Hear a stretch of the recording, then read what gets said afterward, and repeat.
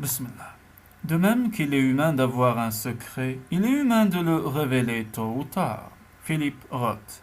Février 2007, 3 jours plus tard. Un beau soleil d'hiver rayonnait sur les allées verdoyantes du cimetière de Greenwood, donnant à l'endroit des allures de parc. On venait d'effectuer la mise en terre et ceux qui désiraient adresser un dernier adieu à Elliot défilèrent devant la fosse, jetant sur le cercueil une poignée de terre ou une fleur. Angie s'avança la première, accompagnée par sa mère qui avait fait le voyage depuis 1000 ans. Vinrent ensuite ses collègues ainsi que de nombreux patients qu'il avait opérés au cours des 30 dernières années. S'il n'avait pas été 6 pieds sous terre, Elliot aurait été surpris et touché par cette affluence. Une présence lui aurait particulièrement fait chaud au cœur, celle du détective en retraite Malden, qui, à plus de 90 ans, s'avançait vaillamment vers la fosse, soutenu par son ancien collègue le capitaine Douglas, qui dirigeait aujourd'hui le commissariat principal de la ville.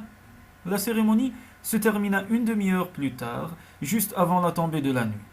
Rapidement, tout ce petit monde s'éparpilla, ralliant l'habitacle douillet et rassurant des voitures garées sur le parking. En regagnant leur domicile, ils furent nombreux à penser « Moi aussi, mon jour viendra ». Puis, tout de suite après, pourvu que ce soit le plus tard possible.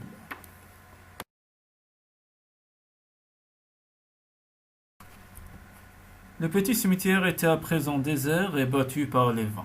Lorsqu'il fut certain d'être seul, un homme qui s'était tenu à l'écart pendant la cérémonie osa enfin s'approcher de la tombe. Matt.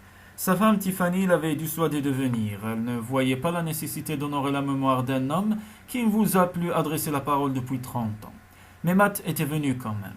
Avec la mort d'Elliot, disparaissait tout un pan de sa jeunesse ainsi que l'espoir d'une réconciliation qu'il avait toujours secrètement espérée. Car Matt ne pouvait s'empêcher de penser qu'il était passé à côté de quelque chose d'essentiel. 30 ans plus tôt, comment expliquer le brusque changement de comportement d'Elliot à son égard? Comment expliquer qu'il ait quitté Helena avec qui il filait pourtant le parfait amour? Autant de questions auxquelles il n'aurait désormais jamais de réponse. Tu as choisi d'emporter tes secrets avec toi, mon pote, constata-t-il impuissant. Tandis qu'il se tenait devant la dalle fraîchement posée, les souvenirs déferlèrent sur lui, et c'était douloureux. Il avait été si proche autrefois. Leur amitié avait beau remonter à plus de 40 ans, il lui semblait qu'elle datait d'hier. Matt s'accroupit devant la pierre tombale et resta immobile un long moment, tandis que des larmes silencieuses coulaient sur le sol. Avec l'âge, ses yeux pleuraient parfois tout seuls sans qu'il puisse rien faire pour les arrêter. Alors qu'il se relevait, il lança avec un mélange de hargne et de malice. « Comme tu es parti en premier, t'as intérêt à me la garder, cette foutue place au paradis. » Il allait s'éloigner lorsqu'il perçut une présence derrière lui. « Vous devez être Matt. » Il se retourna, surpris par cette voix qu'il n'avait jamais entendue. Une jeune femme drapée dans un long manteau noir se tenait devant lui. « Je suis Angie, la fille d'Elliot, déclara-t-elle en lui tendant la main. « Matt DeLuca, se présenta-t-il. Mon père m'avait prévenu qu'à son enterrement, vous seriez celui qui resterait le plus longtemps sur sa tombe. On était amis, expliqua Matt, presque gêné, des amis très proches. Il laissa quelques secondes la phrase en suspens avant de préciser « Mais c'était il y a longtemps, bien avant ta naissance. » En regardant attentivement la jeune fille, Matt ne put s'empêcher d'être troublé par sa ressemblance avec Elliot. Angie avait hérité des traits harmonieux de son père, mais pas de son côté inquiet. C'était une fille épanouie qui, malgré son chagrin, semblait bien dans sa peau. « Mon père a laissé ça pour vous, » annonça-t-elle en lui tendant un sac de papier Kraft. « Ah !» fit-il surpris en acceptant le paquet. Angie hésita puis ajouta « Quelques semaines avant sa mort, il m'a dit que s'il m'arrivait un jour quelque chose de grave, oui, fit Matt pour inciter la jeune femme à finir sa phrase, si j'avais un ennui, je ne devais pas hésiter à venir vous trouver. » Touché et réconforté par cette marque de confiance, Matt mit un moment avant d'assurer. « Bien sûr, je t'aiderai de mon mieux. À bientôt peut-être, ajouta-t-elle, et elle s'éloigna comme une ombre. Matt attendit de l'avoir perdue de vue pour se tourner vers la tombe d'Elliot. « Tu peux compter sur moi, assura-t-il, je veillerai sur elle. » Puis il quitta le cimetière, le cœur un peu moins lourd qu'à son arrivée.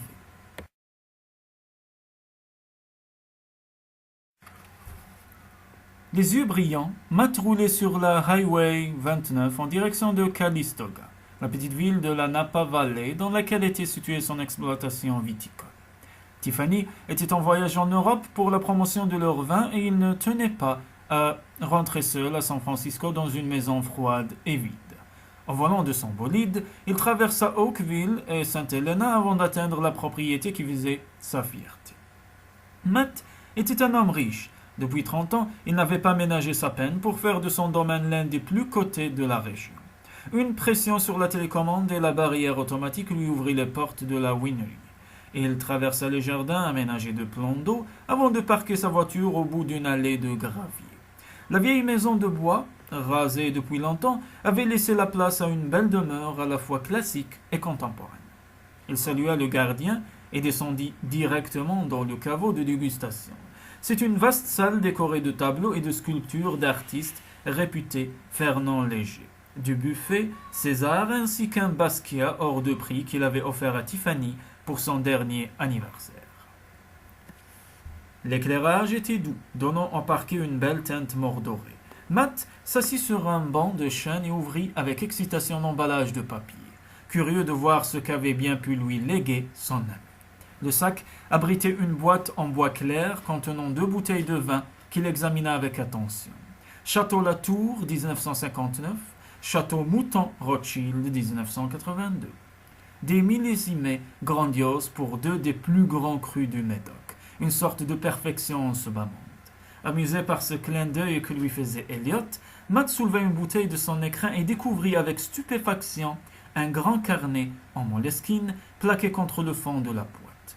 En une seconde, son état passa de l'amusement à la surprise, puis à l'excitation, et c'est avec des mains tremblantes qu'il ouvrit le cahier. Il contenait une centaine de pages, noircies d'une calligraphie soignée qu'il reconnut comme étant celle de son ami. En parcourant la première page, Matt fut saisi par la chair de poule. « Mon vieux Matt, si tu fis ces lignes, c'est que cette saloperie de crabe a fini par avoir ma peau. J'ai lutté jusqu'au bout, mais il est des adversaires dont on ne triomphe pas. Dans le journal d'hier, tu as sans doute vu mon avis de décès et quand tu as bon cœur, tu t'es débrouillé pour faire un saut à mon enterrement.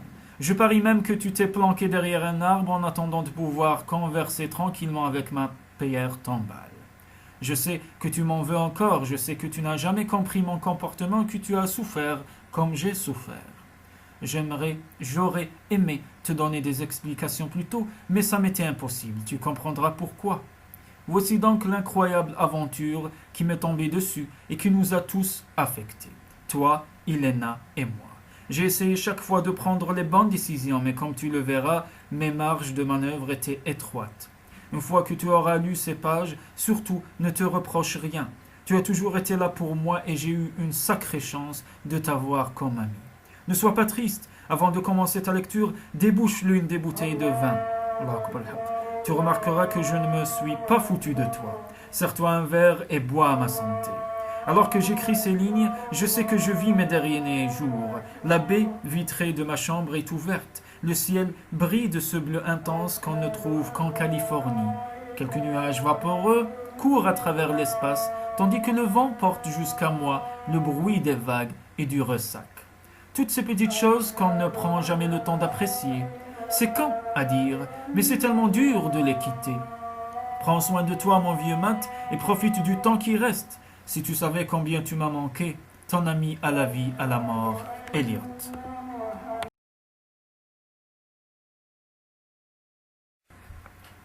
Il était plus de 2 heures du matin. Les yeux rougis, Matt termina la lecture de l'étonnant récit que lui avait laissé son ami. La rencontre d'Elliot avec son double, les voyages dans le temps, l'étrange pacte pour sauver Helena. Cette histoire à laquelle il n'avait pas voulu croire 30 ans plus tôt lui revenait aujourd'hui sous un éclairage nouveau. Matt referma le cahier et se mit debout avec peine. Sa tête tournait. La bouteille de la tour était bien entamée, mais elle n'avait pas été suffisante pour apaiser l'infinie douleur des remords et des regrets. Que faire à présent? Finir de vider la bouteille pour noyer son chagrin dans l'alcool? Il considéra un moment cette possibilité, mais il y renonça très vite. Il passa derrière le comptoir de dégustation et s'aspergea le visage d'eau froide. Il enfila ensuite son manteau avant de sortir dans la nuit. Le vent glacé le dégrisa en quelques rafales. Elliot était mort et il n'y pouvait rien changer. Par contre, il y avait encore une chose qu'il pouvait faire. Mais en avait-il le droit?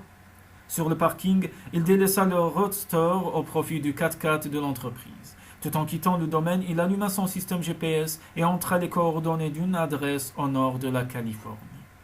Puis, il prit la direction des montagnes. Il roula toute la nuit, s'enfonçant vers l'ouest dans les paysages enneigés. On était encore en hiver et les routes restaient glissantes, masquées par un brouillard épais.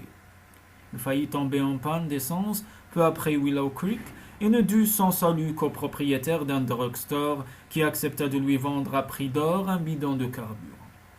Lorsqu'il arriva à Weaverville, la brume s'était enfin levée et on apercevait le soleil qui pointait derrière les cimes enneigées des Trinity Alps. Il emprunta le chemin forestier et arriva peu après devant la petite maison de bois où il était déjà venu avec Tiffany. Au bruit du 4x4, Helena était sortie sur la véranda. « Matty !» s'écria-t-elle d'une voix inquiète. Il agita un bras dans sa direction avant de la rejoindre sous le porche et de la serrer dans ses bras. Chaque fois qu'il la regardait, il éprouvait une émotion particulière, mélange de compassion et de respect.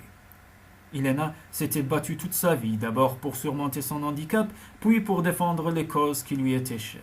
« Tu as l'air en forme, constata-t-il. Toi, par contre, tu as une tête à faire peur. Qu'est-il arrivé, Matt ? Je vais t'expliquer, mais fais-moi d'abord un café. » Il la suivit dans la maison.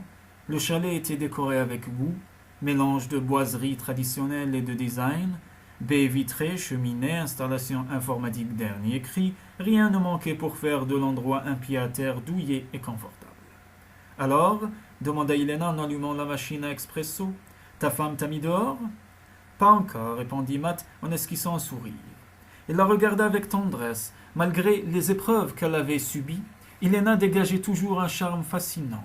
À Stanford, où elle continuait à donner quelques cours, elle était considérée comme l'une des stars du campus. Dans cette pépinière d'intellectuels et de prix Nobel, nombreux étaient les beaux esprits à s'être ramassés une gentille veste après avoir tenté quelques stratégies de séduction. Matt savait que, depuis son accident, Helena avait renoncé à toute vie amoureuse. À l'hôpital, elle avait lutté pour survivre à ses multiples opérations chirurgicales. Au sein de Greenpeace, elle avait travaillé avec acharnement contre les lobbies et les gouvernements, mais jamais elle n'avait retrouvé l'amour. « Voilà ton café, » dit-elle en posant sur la table un plateau avec 2 tasses fumantes et un assortiment de biscuits. Un chat au poil long et soyeux fit son entrée dans la pièce pour réclamer lui aussi son premier repas de la journée. Helena le prit dans ses bras et lui prodigua quelques caresses. Elle allait faire demi-tour vers la cuisine lorsque Matt avoua brutalement l'objet de sa visite. Elliot est mort. Un profond silence s'abattit sur la maisonnée. Helena lâcha le persan qui se réceptionna dans un miaulement plaintif. « La cigarette ?» demanda-t-elle en se retournant vers Matt. « Oui, un cancer des poumons. » Elle hocha la tête pensive. Son visage demeurait impassible, mais Matt remarqua que ses yeux brillaient. Puis elle quitta le salon pour la cuisine avec le chat sur ses talons. Resté seul, Matt soupira. Son regard se perdit du côté des glaciers qui dévalaient des montagnes telles des coulées de lave javelisées. Soudain, un bruit de vaisselle brisée fit trembler toute la maison. Il se précipita dans la cuisine pour trouver Helena effondrée sur une chaise, la tête dans les mains, elle laissait libre cours à son chagrin. Matt s'agenouilla auprès de son ami et l'étreignit avec toute l'affection dont il était capable. « Je l'aimais tellement, » lui confia-t-elle en s'accrochant à ses épaules. « Moi aussi. » Elle leva vers lui des yeux pleins de larmes. « Malgré tout ce qu'il nous a fait, j'ai continué à l'aimer. »« Il faut que tu saches quelque chose, » murmura Matt. Il se mit debout et sortit le grand carnet de la poche de son manteau.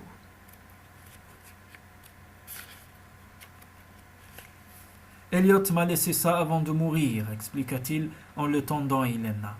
Elle prit le cahier d'une main tremblante. Qu'est-ce que c'est ? La vérité, dit-il simplement. Puis il quitta la maison et regagna sa voiture.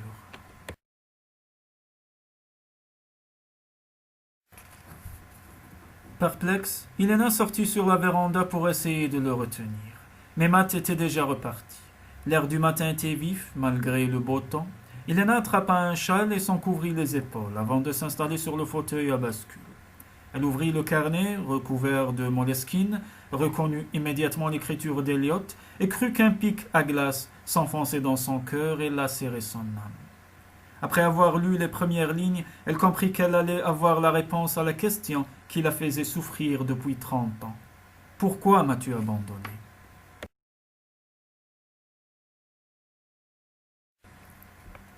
Matt conduisait comme un automate en direction de San Francisco, triste et abattu. La confession posthume d'Elliot lui avait d'abord apporté un certain réconfort qui n'avait pas tardé à céder la place à la mélancolie, puis à l'accablement. À vrai dire, cette réconciliation post-mortem lui laissait un goût d'inachevé. Matt avait un côté épicurien. Ce en quoi il croyait, c'était en la vie, le bien mourir, l'idée de partir en paix, de dégager un bilan positif de son existence. Tout ça, il s'en fichait pas mal. Ce qu'il aurait voulu, lui, c'était refaire les 400 coups avec Elliot, prendre le bateau et naviguer tous les deux sur la baie, boire l'apéro dans les cafés du Vieux-Port, déguster une truite chez Francis, partir en balade dans les forêts de la Sierra Nevada, vivre. Mais il ne fallait pas rêver. Elliot était mort et lui n'allait peut-être plus tarder. Naïf, il s'était toujours imaginé que tout finirait par rentrer dans l'ordre, mais la vie ne l'avait pas voulu ainsi et les années avaient passé. Il était maintenant 3 heures de l'après-midi, au fur et à mesure qu'il se rapprochait de la ville. La circulation était moins fluide. Il s'arrêta à une station-service pour faire un nouveau plein et manger quelque chose. Dans les toilettes, il se passa plusieurs fois de l'eau sur le visage comme s'il attendait de ce geste qu'il fasse disparaître sa lassitude et sa vieillesse. Le miroir lui renvoya un reflet troublé. Son ventre gargouillait et son esprit était embrouillé par la fatigue et la déprime. D'où venait cette impression qu'il passait à côté de l'essentiel? Depuis la nuit dernière, quelque chose le tourmentait. La boucle ne lui semblait pas tout à fait bouclée, mais il n'aurait pas su dire pourquoi. Il commanda un sandwich avant de s'asseoir à une table près de la fenêtre d'où il regarda d'un air absent le chassé-croisé des voitures le long de la 101. C'est avec une jouissance coupable qu'il mordit dans son sandwich au bacon. Depuis que ses dernières analyses avaient révélé un alarmant taux de cholestérol, sa femme lui interdisait ce genre de nourriture. Mais aujourd'hui, Tiffany n'était pas là pour prendre soin de lui. Entre 2 bouchées, il prit néanmoins la peine d'attraper la boîte du médicament anti-cholestérol qu'il gardait toujours dans la poche de sa veste. La plaquette était presque vide. Il enleva la dernière gélule de la capsule et l'avala avec une gorgée de café. Ce geste machinal fit sauter un verrou dans son esprit. Il abandonna son sandwich et son café pour se précipiter vers son 4x4, car il venait de comprendre ce qui le préoccupait depuis plusieurs heures. Il avait lu et relu le récit d'Elliot. Celui-ci expliquait clairement que le vieux Cambodgien lui avait donné 10 pilules. Or, Elliot n'avait effectué que 9 voyages dans le temps. 10 pilules, 9 voyages, où était donc passée la pilule restante?